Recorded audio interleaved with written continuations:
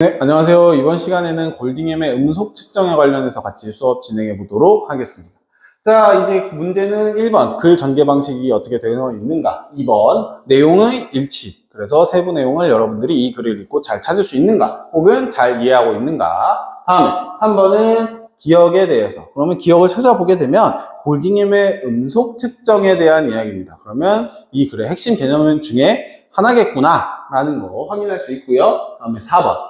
A가 이 얘기를 적정하게 증명할 수 있는 사례는 무엇인가? 라고 보면 이제 신중한 경로 선정은 경로에 따라 음속에 대한 풍향의 효과를 차별할 수 있게 해주었다. 그러면 글을 보면서 이유나 혹은 근거를 잘 파악한 다음에 이걸 잘 설명하는 게 뭘까를 찾으면 되겠죠. 다음에 5번은 보기 해서 허클베리 핀 이 소설에 나오는 사례를 보면서 이 글을 토대로 이해할 수 있느냐라는 문제입니다. 자, 그러면 보게 되면 1문단에서는 이제 보면 1번 문제에서 윗글의 전개 방식을 얘기했으니까 글의 특징적인 부분도 짚어가면서 얘기를 할게요. 첫 번째로 1635년이라는 구체적인 연도수가 제시가 되어 있고 학자 이름까지 여러 명이 등장을 합니다. 그러면 이것과 관련돼서 나올 수도 있겠구나 라는 거 충분히 알 수 있죠.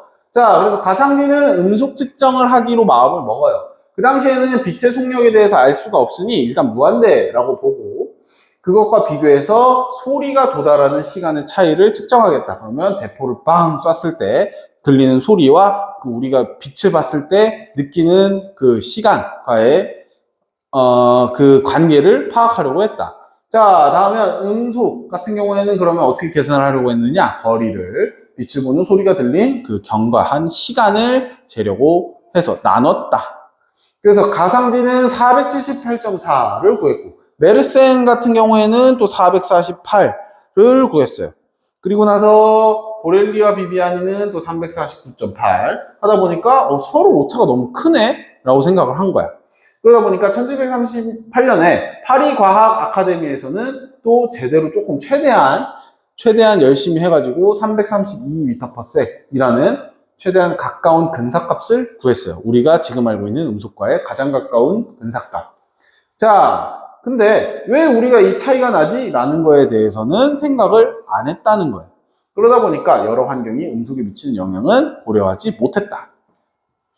자, 그러면 이제 이러면 이렇게 음속 차이가 많이 나니까 우리 한번 이것저것 고려 한번 해보자 라고 하면서 했던 거야. 근데 이 1708년에 더해는 바람의 방향이 음속과 연관이 있다라는 거는 맞았다.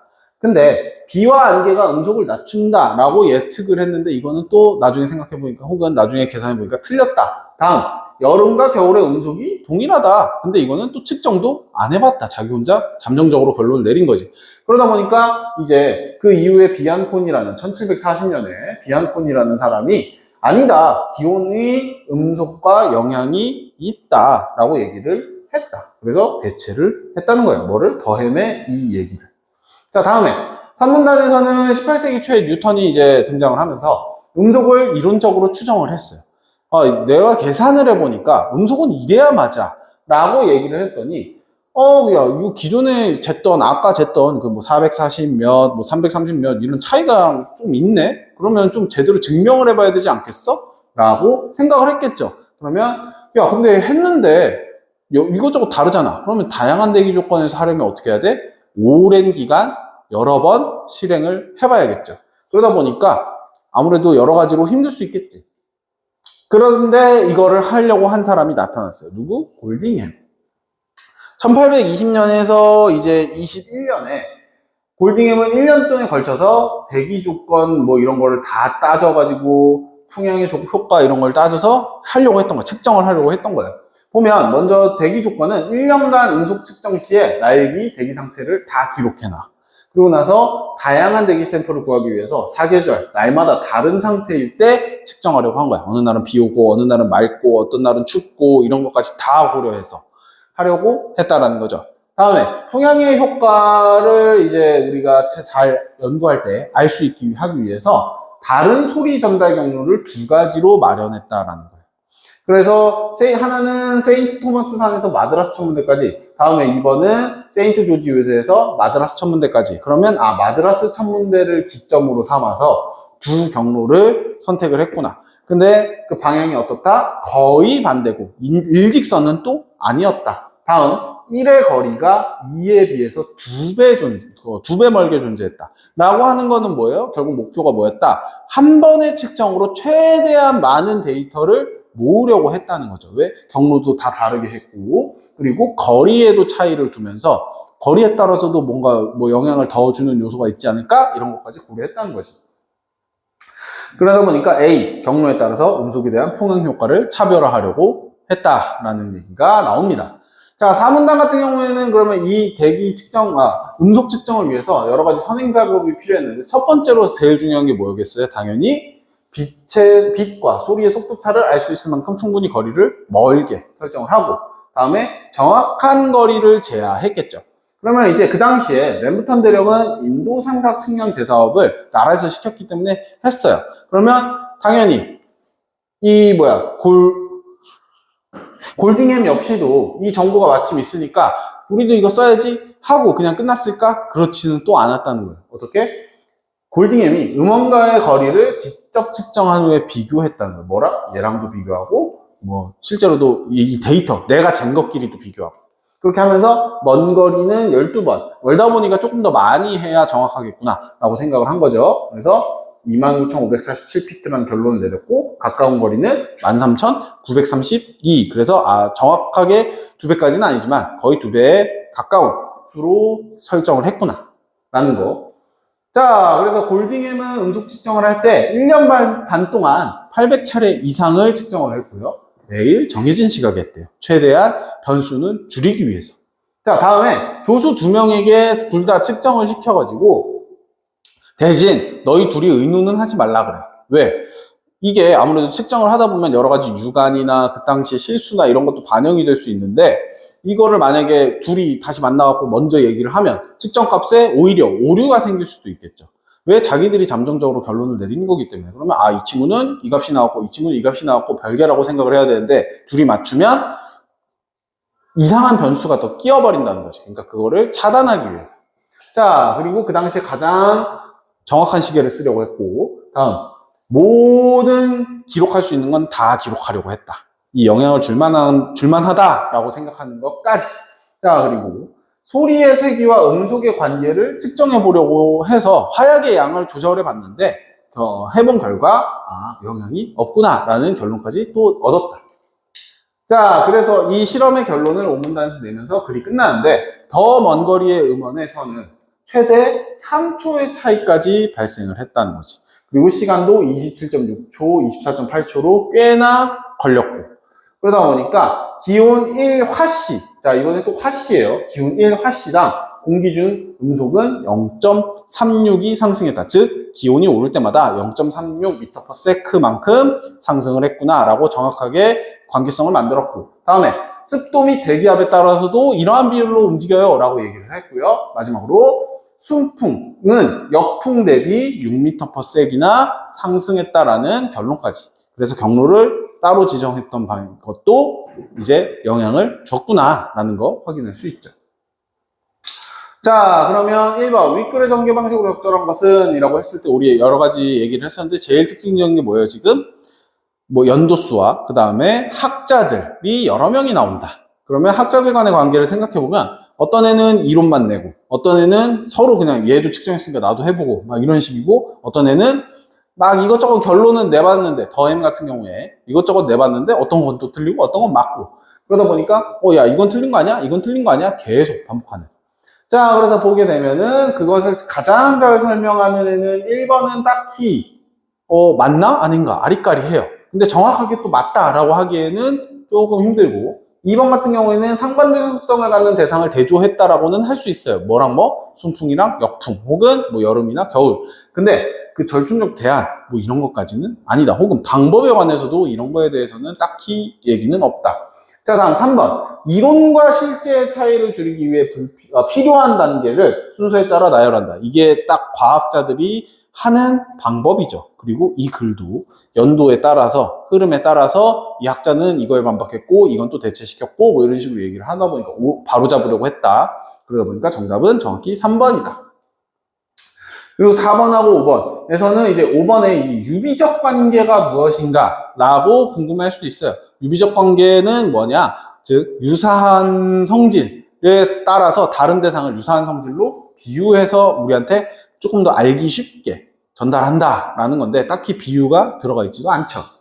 자, 다음에 2번. 윗글의 내용과 일치하지 않는 것은 1번. 메르센은 바람이 음속에 미치는 효과를 엄밀히 고려하지 않았다. 자, 메르센이 어디 있는지 보면 1문단에 있어요. 그러면 448.2m/s이래. 그리고 근사값도 아니래. 그러면 얘는 다른 대기 조건에 대해서 전혀 고려하지 않았구나. 그러면 바람 얘기 못했겠구나 라고 할 수 있죠. 다음 2번 같은 경우에는 맞는 말이죠. 얘는 여름하고 겨울이 동일하다라고 얘기를 했으니까. 다음에 3번. 뉴턴이 이론적으로 추정한 음속값은 실제 측정값과 상당한 오차가 있으니까 골딩엠이 측정하려고 했지. 자, 4번. 골딩엠은 관측 결과를 토대로 풍향이 음속에 미치는 효과가 실제함을 제시했죠. 풍향에 따라서 속도 차이가 난다라고 했으니까. 자, 램프턴은 골딩엠의 음속 측정을 돕기 위해 그렇다고 생각할 수도 있지만 램프턴이 왜 했는지는 글에 나와 있습니다. 그러면 골딩엠은 그냥 램프턴이 그 측정한 자료를 참고했을 뿐 램프턴이 골딩엠을 돕기 위해서 했던 것은 아니다. 나라에서 이제 했던 사업이죠. 3번. 한번 볼게요. 기억에 대한 이해로 적절하지 않은 것은 이라고 했을 때 기억은 뭐였어요? 골딩엠의 음속 측정 실험이었어. 자, 그럼 음속 측정 실험이 뭐예요? 자, 먼저 보게 되면 1번. 조수들이 측정 결과를 의논하지 않고 보고한 것은 보고의 신속성이 중요했기 때문이군이 아니죠. 왜 안 시킨 거예요? 왜 같이 의논 못 하겠어? 서로 의논하면 결과가 틀어질 수 있기 때문에. 그러니까 신속성이랑은 크게 상관이 없다. 그래서 정답은 1번입니다. 그러면 이제 나머지 2번. 음속값의 정밀도를 높이기 위해 거리를 정확하게 쟀다. 충분히 맞다고 할 수 있죠? 소리의 세기가 강해진다고 해서 하지 않는다라는 거. 의도된 실험 뭐예요? 화약의 양을 조절하는 것. 자, 다음에 4번. 대포의 불빛을 본 시점부터 시간을 잰 것은 빛이 해당 거리를 이동하는 시간은 무시했다 라고 할 수 있죠. 자, 그래서 5번 같은 경우에는 계절에 따라 온도, 습도, 풍향 등이 바뀌는 것을 이용하기 위해 2회에 걸쳐, 그러니까 1년 반에 걸쳐서 측정을 반복했다라고 할 수 있죠. 20년부터 21년까지. 자, 다음에 4번. A의 사례로 가장 적절한 것. A는 신속한 경로 설정이 왜 중요했는지. 그거에 대한 얘기입니다. 자, 그러면 이제 A가 뭐였어요? A의 사례로 가장 적절한 거에서 이제 글에서 설명했던 건 경로를 설정을 할 때 서로 반대 방향으로 만들어 놨다. 그래서 이렇게 얘기를 하는 이유가 뭐다? 순풍하고 역풍을 고려하기 위해서다라는 걸 충분히 생각할 수 있다는 거죠. 자, 그러면 이제 1번. 어느 날 한 경로에서 북동풍이 불게 되면 다른 경로에서는 남서풍이 불게 된다. 이거는 전혀 틀린 말이죠. 그냥 풍향이 물론 방향에 따라서 달라질 수는 있는데 이것과는 정확하게 이것 때문이다 라고는 하기가 힘들죠. 다음에 한 경로에서 소리의 방향이 풍향과 일치할 때가 일치하지 않을 때에 비해 음속이 빠르다. 자, 이걸로 생각을 할 수도 있는데 이건 결과값이에요. 그러니까 이걸 통해서 낸 결과값으로 봐야지 이게 원인은 아니죠. 다음에 한 경로에서 소리와 바람이 같은 방향이면 반대 방향일 때보다 소리 도달 시간이 짧아진다. 이런 얘기는 딱히 없고요.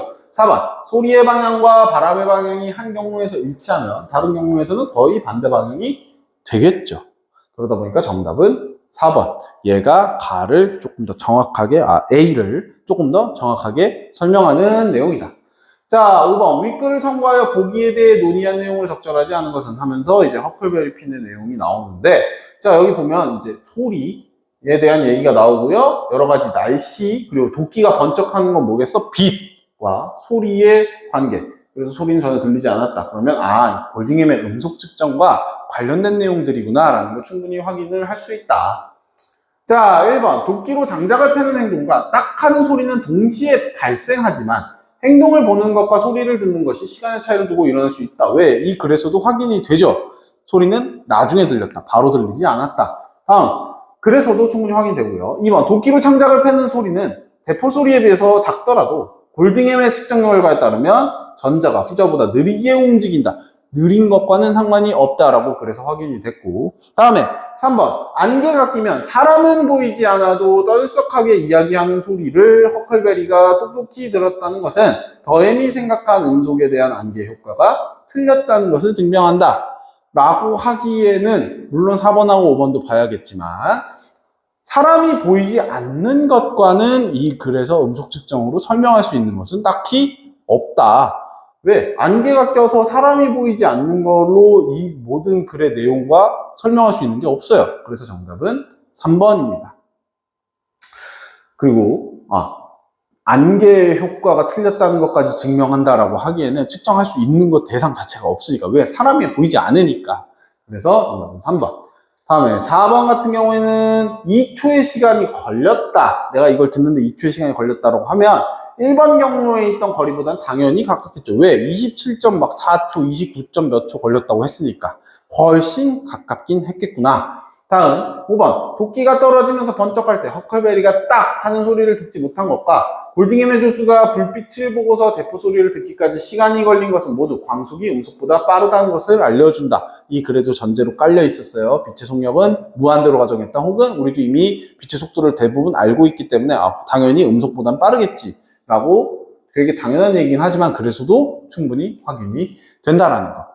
자, 다음에 그러면은 이번 시간에는 여기까지 하도록 하고요. 수업 하시느라 고생하셨습니다. 감사합니다.